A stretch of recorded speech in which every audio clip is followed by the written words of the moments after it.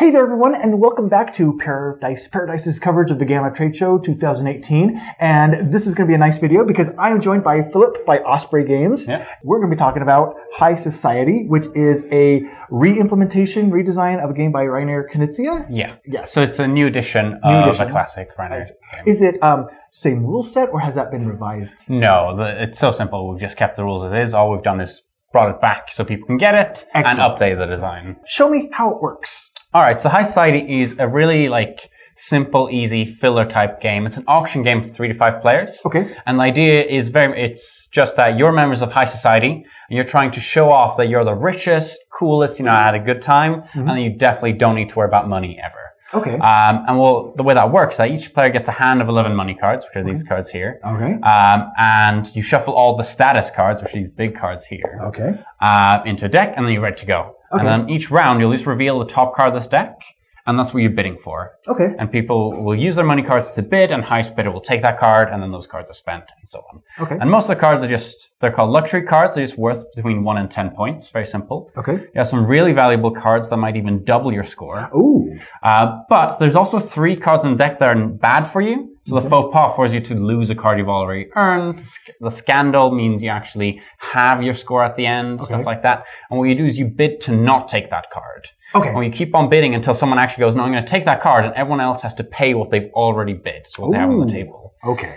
And what will happen is that the game will last until all 4 cards with this blue-green background have revealed, at which point the game immediately ends. But before you tally up scores, whichever player has the least money left in hand clearly isn't actually rich enough, so they lose. Ooh. And then only the remaining players can actually vie for winning. So you don't want to just go out and bid your money willy-nilly. You still want to keep some for yourself.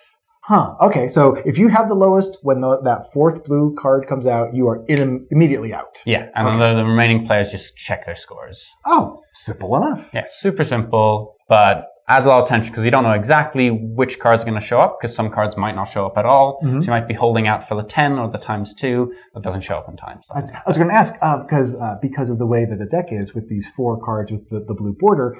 Now, are these is the deck shuffled and then these shuffled in the bottom half, or is it possible that these could come right out? Yeah. So if you get the top 4 cards, the 4 blue cards, well, you've played for about 3 minutes, so then you just play another game. Right? That's how it controls for that. Nice. Yeah. It's a short enough game. Then. It works itself out. Yeah, exactly. But that's nice that it's totally variable and totally random. You don't know how long you have to get in your bids. Yeah, so it means you can't maths it out exactly how valuable anything is. Nice. Combines the fact that you have your money cards, which are worth money, but you also have to manage the actual cards themselves. Because if I'm bidding, say I bid 12 for something, and I'm up my bid to 15, I'm not allowed to take back my 12 card and put down my 15 card. I then have to add 3 worth. Okay. So you're actually limited by the number of cards as well as the amount on them. That makes sense. Cool. Now, the artwork in this is fantastic. I love the graphic design and the artwork in this game. And it reminds me that this new edition of it reminds me that last year, Osprey also did a new edition of a Martin Wallace game, London. Yeah. Which has gotten really great reviews. It's a great new edition of it. It streamlines some things, the board versus cards and stuff like that. So I'm curious, and I'm wondering if you might know, how does Osprey choose between balancing creating new editions of older games versus new properties? Well, the sort of obvious thing is to start with is that it depends a bit on what we get in. So if we get in lots of good new designs, then we're going to focus on them. Makes sense. But we're always looking at games that we think that we see that are out of print, that people can't get, but we think that deserves to come back into limelight. Okay. So stuff like High Society, it doesn't need any more work, really, mechanically. Oh yeah. But you can get it. Yeah. So, people deserve to be able to get it and to get a really luxurious and pretty version of it. So you try to find ones that are kind of those prime candidates of, it's a solid game, but it's just not available anymore. Let's see if we can help bring that back. Yeah. And with the second edition as well, one of the things we really look at is where we think we can make a significant difference.